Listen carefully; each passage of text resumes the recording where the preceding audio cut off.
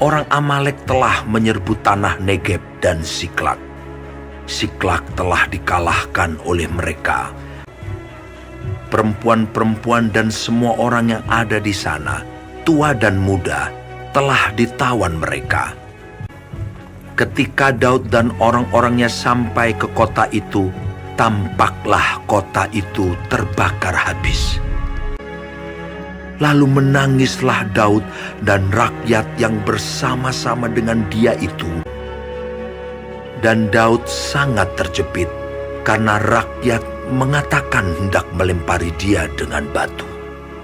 Seluruh rakyat itu telah pedih hati, masing-masing karena anaknya laki-laki dan perempuan.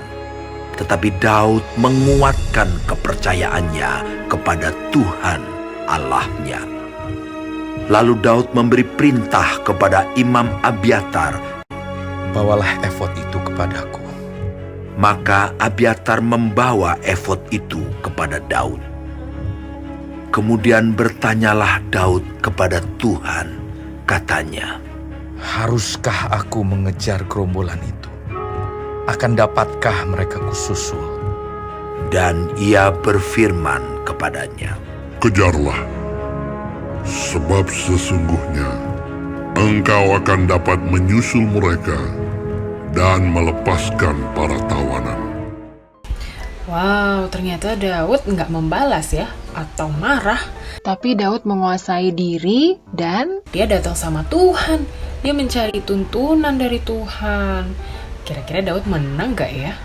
Lalu pergilah Daud beserta ke-600 orang yang bersama-sama dengan dia, dan sampailah mereka ke sungai Besor.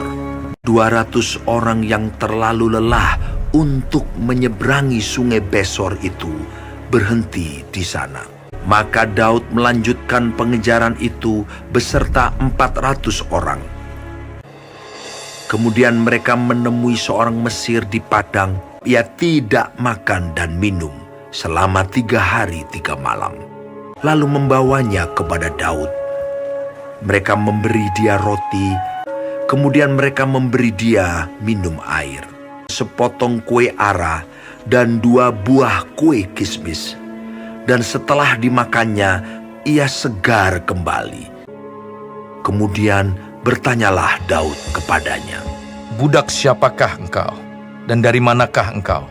Jawabnya, Aku ini seorang pemuda Mesir, budak kepunyaan seorang Amalek.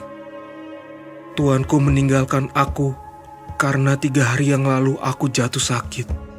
Daud bertanya kepadanya, "Dapatkah engkau menunjuk jalan kepadaku ke gerombolan itu?" Katanya, Bersumpahlah kepadaku demi Allah, bahwa engkau tidak akan membunuh aku dan tidak akan menyerahkan aku ke dalam tangan tuanku itu. Maka aku akan menunjuk jalan kepadamu ke gerombolan itu.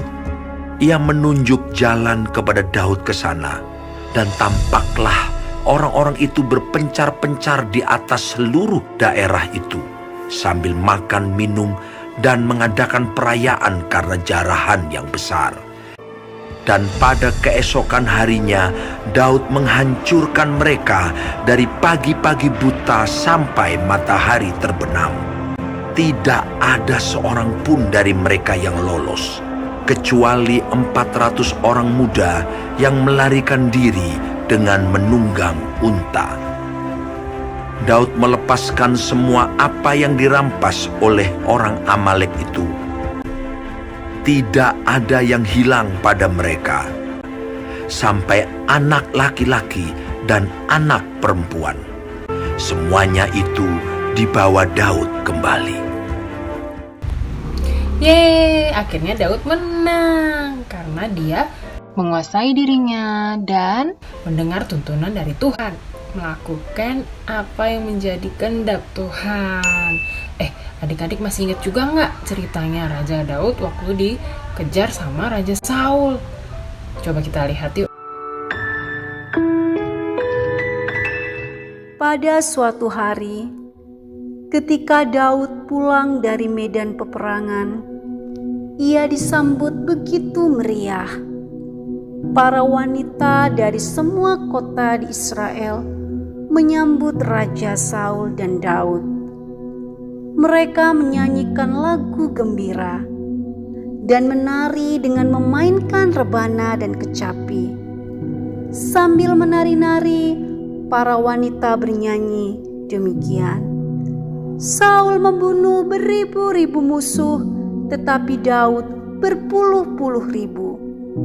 Mendengar itu, marahlah Raja Saul, dan sejak hari itu ia iri hati kepada Daud. Saul semakin membenci Daud. Beberapa kali ia berusaha membunuh Daud dengan tombaknya. Daud merasa tidak aman di istana. Ia pun melarikan diri. Saul mengejar Daud. Daud harus berpindah-pindah tempat. Tetapi Tuhan menyertai Daud. Raja Saul tidak berhasil menangkap Daud. Hingga suatu ketika Daud mempunyai kesempatan untuk membunuh Saul, tetapi ia tidak membunuhnya. Ia membiarkan Raja Saul tetap hidup. Ia hanya memotong sedikit jubah Saul. Mengapa Daud melakukannya? Daud ingin menunjukkan kepada Raja Saul bahwa Daud mempunyai kesempatan untuk membunuhnya, tetapi Daud tidak mau melakukannya karena ia mengasihi Raja Saul. Daud membalas kejahatan Raja Saul dengan kebaikan. Wah, Daud tuh udah sedekat ini loh sama Raja Saul, tapi Daud nggak balas dendam. Daud menguasai diri Dan dia mau mengampuni Raja Saul, bahkan membiarkan Raja Saul pergi. Nah, itu semua karena Daud bisa menguasai dirinya. Penguasaan diri itu apa sih? Coba kita dengar penjelasan Kahani ya. Hai adik-adik, ketemu lagi dengan Kahani. Hari ini kita akan belajar tentang penguasaan diri. Adik-adik tahu penguasaan diri itu apa? Artinya tidak melakukan sesuka hati. Loh, memangnya kenapa nggak boleh? Nah, kalau orang yang Tidak punya penguasaan diri, itu berarti dia melakukan apa yang dia suka. Berarti dia itu tidak memikirkan orang lain, dia hanya memikirkan diri sendiri. Nah, biasanya kalau memikirkan diri sendiri, dia jadi nggak peduli sama orang lain. Dan bisa jadi apa yang dia lakukan itu merugikan orang lain. Orang lain jadi sedih. Mau nggak bikin orang lain sedih? Kok kakak nggak mau ya? Nah, coba adik-adik bayangin, kalau ada orang yang tiba-tiba marah sama adik-adik, atau tiba-tiba pukul badan adik-adik, atau ngomongnya selalu omong kasar. Nah, gimana kalau itu terjadi sama adik-adik? Enak nggak? Tentu nggak enak ya. Atau jangan-jangan adik-adik yang melakukan itu selama ini. Wah, itu artinya adik-adik belum punya penguasaan diri. jadi bisa merugikan orang lain. Nah, hari ini kita belajar, memangnya Kenapa sih harus menguasai diri? yang pertama, kita buka di Galatia 2 ayat 20. Namun aku hidup, tetapi bukan lagi aku sendiri yang hidup, melainkan Kristus yang hidup di dalam aku. Nah, jadi kita ini yang sudah percaya Tuhan Yesus, hidup kita sudah ditebus sama Tuhan Yesus. Jadi kita bukan punya diri kita sendiri lagi. Kita ini semua adalah punya Tuhan Yesus. Jadi kita harus melakukan apa yang Tuhan mau, bukan melakukan semua hal yang aku mau. Karena kita ini kan masih hidup di dunia, masih punya daging. Nah, yang kita mau itu adalah keinginan daging. Dan keinginan daging berlawanan dengan apa? Keinginan roh.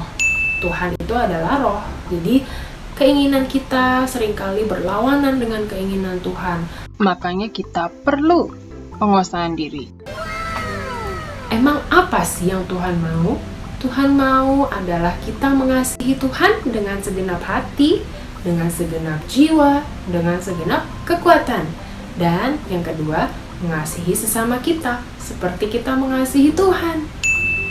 Nah, untuk mengasihi orang itu gampang atau susah? Kalau orangnya baik, gampang ya. Tapi kalau orangnya jahat sama kita, pasti susah. Pasti keinginan kita adalah membalas kejahatan dengan kejahatan. Atau kalau kita lagi kena masalah, kita pasti kesel, terus rasanya pengen ngomong kasar ya, supaya lega gitu. Nah, tapi itu nggak sesuai firman Tuhan, adik-adik. Nggak sesuai keinginan Tuhan. Tuhan pengennya kita mengucap syukur dalam segala hal. Jadi, mau ada masalah, kita tetap mengucap syukur, karena Tuhan baik. Terus, nggak boleh membalas kejahatan dengan kejahatan. Nah, jadi Kita butuh penguasaan diri.